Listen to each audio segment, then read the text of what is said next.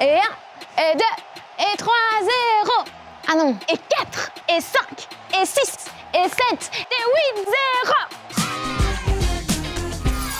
0. Ça en fait des buts pour nos diables rouges, hein. D'ailleurs, je propose que pour fêter ça, vous vous abonniez à notre chaîne YouTube. Oui, non, ça n'a rien à voir, mais abonnez-vous quand même. Notre équipe nationale, composée presque entièrement de remplaçants, a explosé la Biélorussie. Score final 8-0, avec des buts dans tous les sens. Nos diables n'ont fait qu'une bouchée de leur adversaire. Ce match comptait pour la qualification pour la prochaine Coupe du Monde au Qatar en 2022. Les diables sont désormais premiers de leur groupe, ce qui s'annonce plutôt pas mal. Les 3 mots du jour, eux aussi, sont à la fête. 3 mots pour une actualité victorieuse. Ça fait du bien. Je l'ai dit, mon cri de la mort qui tue à notre prochain mot du jour. Mon cri. Mon cri, c'est une initiative d'Amnesty International qui donne la parole aux jeunes pour qu'ils s'expriment sur ce qu'ils vivent depuis l'apparition du coronavirus. Votre quotidien a aussi été chamboulé avec ce virus. Il y a les activités extrascolaires qui sont adaptées et toutes les mesures à respecter avec notamment la bulle sociale. Et puis aussi les changements au niveau de l'enseignement. Les écoles ont fermé pendant plusieurs semaines. Ensuite, pour les élèves du secondaire, il a fallu s'adapter à une autre organisation entre le présentiel et le distanciel. On est une famille nombreuse et qu'on a par exemple une chambre. On ne se retrouve pas seul dans une chambre, on a nos petits frères qui dorment avec nous, d'autres personnes, donc c'est un peu compliqué quand la personne elle dort et on commence à parler et on accourt sur l'ordinateur. Une situation difficile pour beaucoup d'adolescents dont la parole n'est pas toujours entendue. C'est pour ça qu'Amnesty International leur a posé cette question. Si vous étiez un ou une responsable politique d'une école, d'une université ou d'une entreprise, que feriez-vous pour améliorer la situation des jeunes ? Les témoignages sont recueillis sur 7 plateformes, par messages écrits ou vocaux, en images ou en vidéo.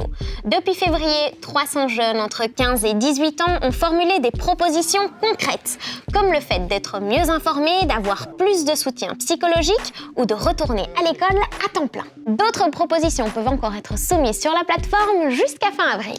Ensuite, elles seront transmises à la ministre de l'Enseignement obligatoire, Caroline Désir, et à la ministre de l'Enseignement supérieur, Valérie Glatini. Du coup, on retient mon cri dans notre liste des mots du jour.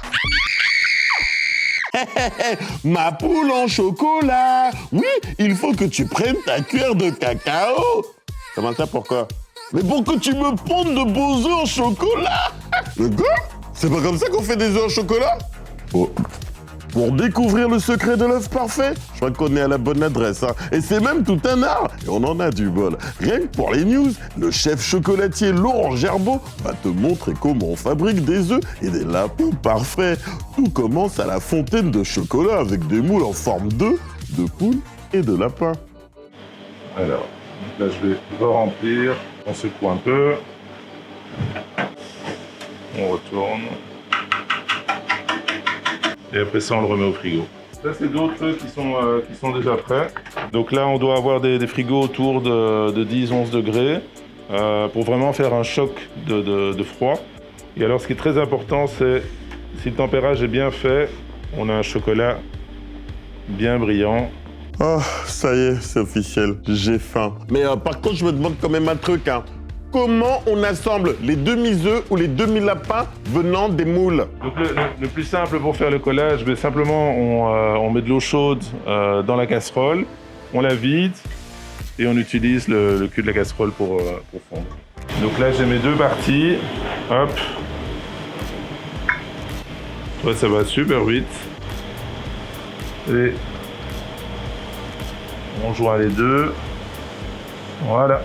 Et il n'y a plus qu'à emballer ses créations avant de les offrir ou les vendre. Mais attention, hein, la tendance est à l'emballage réutilisable. Pour notre chef, c'est coquetier en céramique et récipient en verre. Hein? Juste ça? Non mais ma petite poule en chocolat, là, il va falloir qu'on rediscute de nos accords. Ah, parce que pour Pâques, j'ai besoin de plus d'œufs en chocolat, hein, qui était l'un des mots du jour.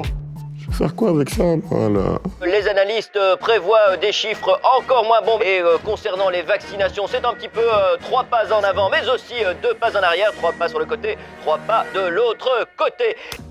Oh, non mais c'est pas possible, on ne fait que parler de ça. Bon, en soi, c'est compréhensible. C'est pas facile de parler d'autres grandes causes en ce moment. Bah par exemple, le climat. Vas-y pour intéresser quelqu'un avec ce sujet ces derniers temps. Et pourtant, les actions en faveur du climat, comme les marches ou les manifestations, continuent d'être organisées en Belgique. Le nombre de participants est évidemment limité, mais les actions peuvent toujours être suivies en ligne. Et toi, mon petit poulet, qu'est-ce que t'en penses? Est-ce que tu trouves que c'est toujours important de parler du climat alors qu'on est coincé dans une crise comme le coronavirus? On parle pas beaucoup du climat et beaucoup du coronavirus.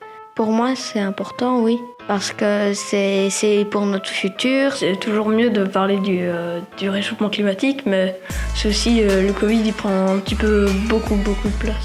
Si on n'en parle pas, on n'y fera pas assez attention et ce sera encore plus dangereux pour les animaux et tout le reste. Le coronavirus, c'est quand même grave, mais on peut parler de plein de choses en même temps, pas que de ça. On avait tous fait de gros efforts, enfin beaucoup. Et maintenant, à cause de la crise de Covid, on doit encore faire plus d'efforts pour le Covid et après en faire plus aussi pour le climat. Merci aux élèves de l'école Sainte-Marie à Soirlé pour leur réponse. Climat était l'un des mots du jour. Il n'y a pas d'âge pour être un super-héros. Et même si on tombe à l'eau pour sauver un gros poisson, on reste un super-héros qui a mouillé le maillot. Super-héros waterproof. Alors regardez bien les petits gars, on tourne sur ça et hop, on plonge. Et là on essaye d'en attraper, hein. Youhou, les poissons. Oh, pauvre petit Webfun, il mettait tout son cœur. Sinon, côté météo, on fait comme Amira, notre star de la météo du jour. On met des beaux habits de printemps pour une météo ensoleillée. Et profitez-en, hein, parce qu'après, le froid revient. Et j'en connais deux qui vont vraiment bien faire la fête. Guillaume et Sophia, dont c'est l'anniversaire aujourd'hui. Joyeux anniversaire, les amis. C'est déjà la fin de cette vidéo, j'espère qu'elle vous a plu. N'hésitez pas à nous laisser un petit commentaire, à partager avec vos amis et à vous abonner.